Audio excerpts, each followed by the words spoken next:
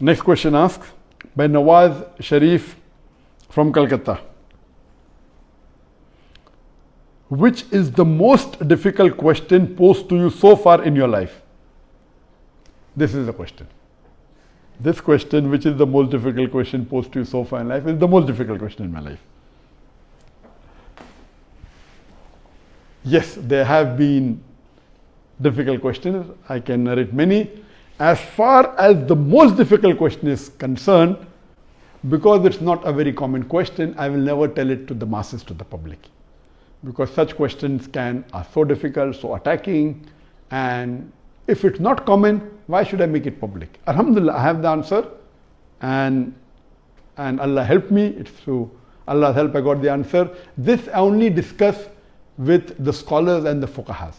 And I asked them, what is the answer? And I've asked this to maybe 50 or 100 people who are scholars and people of knowledge.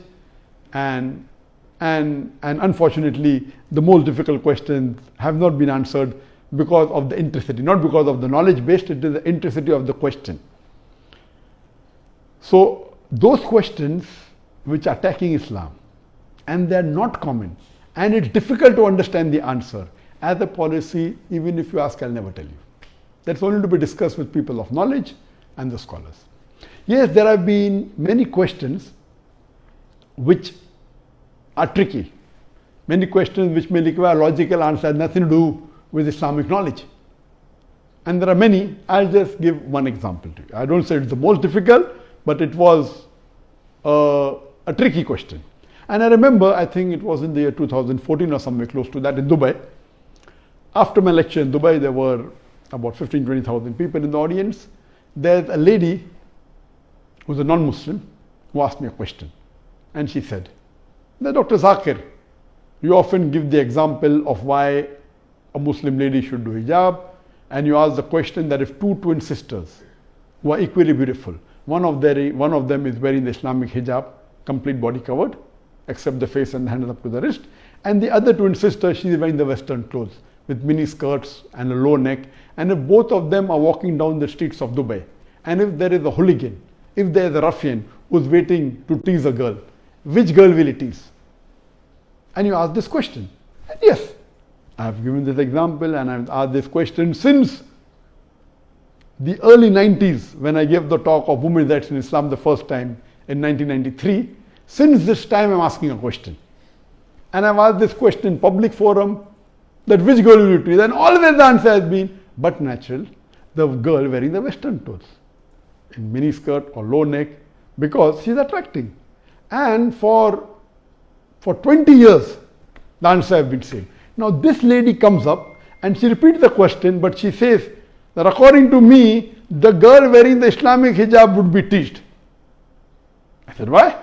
She said, because the man would like to know what is behind the clothes. That's why he will tease the girl wearing the Islamic hijab. And my daughter, who was in the audience, she said, no, Abba is trapped. My father is trapped. And I was taken aback that this was never answered. So what I say, these type of replies are mainly devilish replies to try and trap. But alhamdulillah, in such situation, Allah is the one who always helps. I got up and I said, okay, sister has asked a very good question, and I continued the question. And I said, though I disagree.